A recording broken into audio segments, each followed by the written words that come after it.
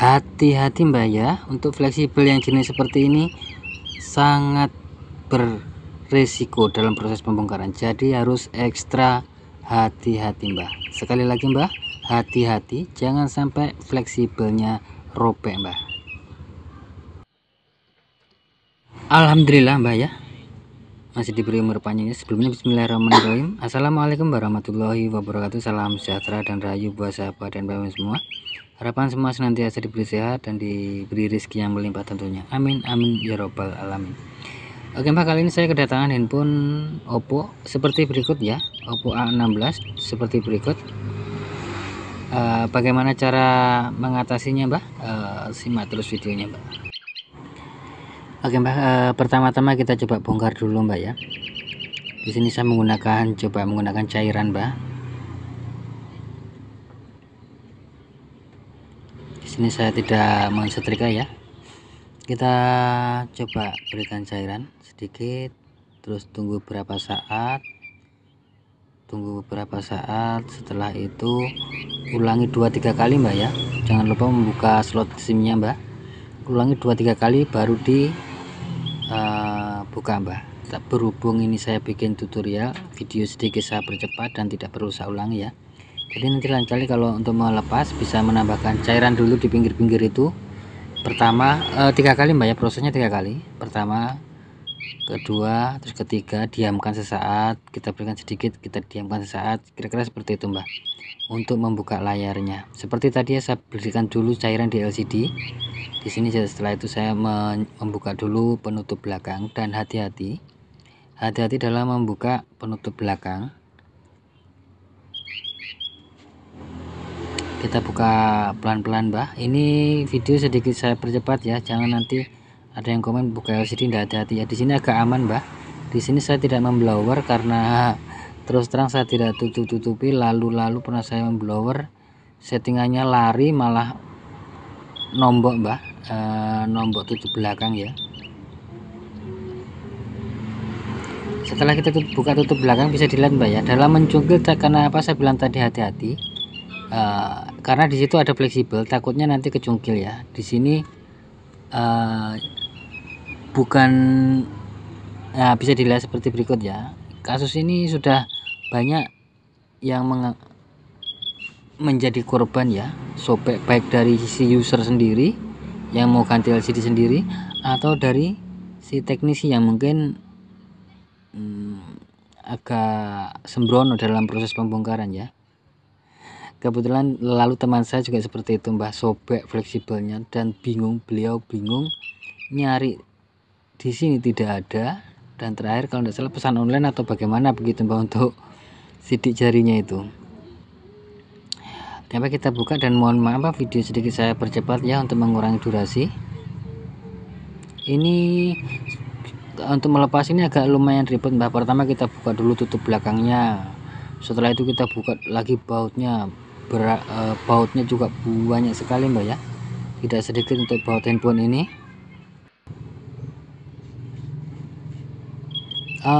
Buat yang mau beli baterai, kodenya seperti berikut Mbak ya. Kode baterainya seperti berikut ya, BLP805 ya untuk kode baterainya. Yang barangkali mau mengganti atau membeli baterai nanti ya, baik online atau di toko offline, toko-toko terdekat. Untuk kode baterainya seperti berikut ya. Setelah itu kita buka baterainya Mbak, karena kita perlu membuka baterai ya untuk melepas soket atau fleksibel LCD atau layar. Kita pastikan longgar dulu Mbak, kita pastikan longgar. Setelah itu kita berikan lagi cairan yang kedua. Kita biarkan sesaat seharusnya ya, kita berikan sesaat, diamkan saat. Berhubung ini saya bikin tutorial, saya tidak diamkan Mbak ya, jadi langsung saya proses. Kan LCD nya tadi juga sudah rusak ya, kacau. Kenapa saya bilang begitu, hati-hati, barangkali mungkin sahabat atau mbak-mbak mau mengkanibalan ya, untuk kanibalan mungkin untuk pengecekan kasus-kasus LED padam atau backlist ya. Walaupun rusak itu kan masih bisa dipakai Mbak untuk pengecekan kasus-kasus backlist atau layar yang mati ya, mungkin kasus IC lampu atau jalur lampu ya. bisa dimanfaatkan, tapi dengan catatan diminta sama beliau ya yang punya. Kira-kira seperti itu Mbak. Bisa dilihat ya, saya buka pelan-pelan. Setelah itu kita bersihkan Mbak. Mohon maaf video untuk pembersihan saya skip, pembersihan lem-lemnya yang kita bersihkan.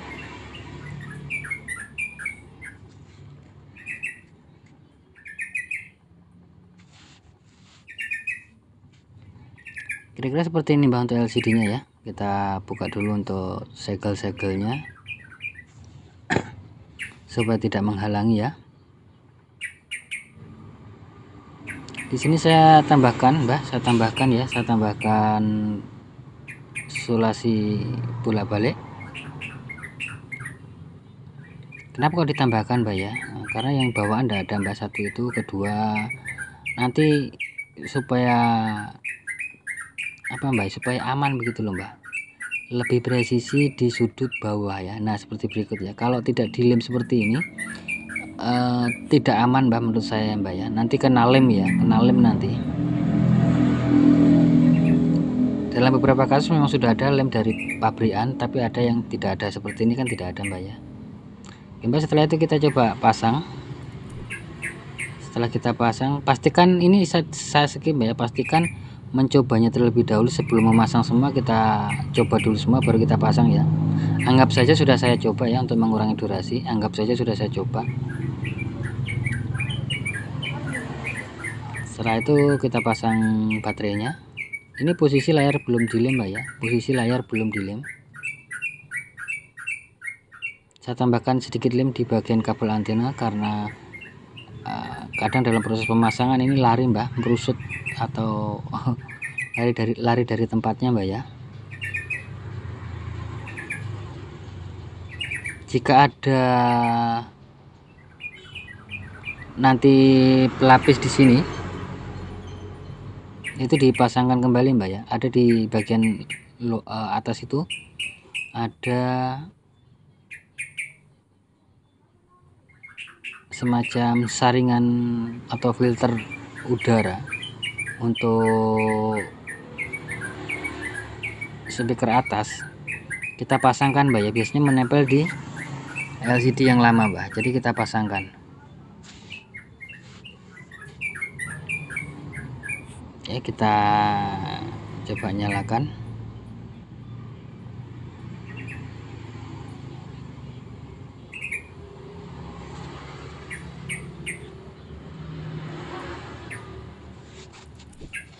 Oke, sip, menyala Mbak ya. Di sini saya sambil nunggu nyala, saya tutup Mbak di bagian belakang ya. Kita tutup di bagian belakang Mbak. Nah bisa dilihat di sini Mbak ya, pada saat LCD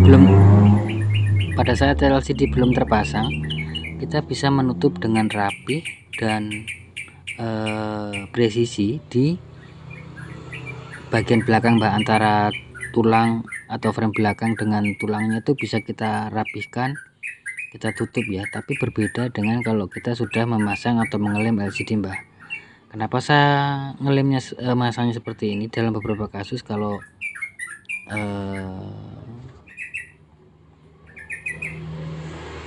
tulangnya lebar atau apa, ini kita pasang baut Mbak ya. Dalam beberapa kasus begini Mbak, kalau kita memasang LCD dulu ya kan, kita pasang LCD terus kita berpasang baut, kita juga pertama-tama kita lihat dulu tulangnya Mbak, tulangnya bengkok apa tidak. Terus terang ini tadi saya lihat agak ada sedikit bengkok ya, untuk tulangnya sedikit bengkok. Jadi di sini saya tidak memasang LCD dulu Mbak. Alasannya kenapa? Kalau setelah saya pasang LCD, saya lem, saya rapatkan, terus lemnya sudah kering Mbak ya, terus kita pasang tulang penutup belakang, terus kita pasang baut, otomatis lari Mbak. LCD tadi akan lari, mungkin sedikit kepaksa larinya ya, yang mana bisa menyebabkan nanti itu layar sentuh bisa-bisa malfungsi atau lari-lari. Untuk kejadian ini bisa langsung spontan, bisa juga nanti dipakai usernya 2-3 hari atau 1 minggu. Jadi dengan cara seperti ini kita setelah kita kita pasang tutup belakangnya, kita pasang baut, kita pasang tutup belakang, kita lem. Nah baru proses pemasangan LCD Mbak. Di sini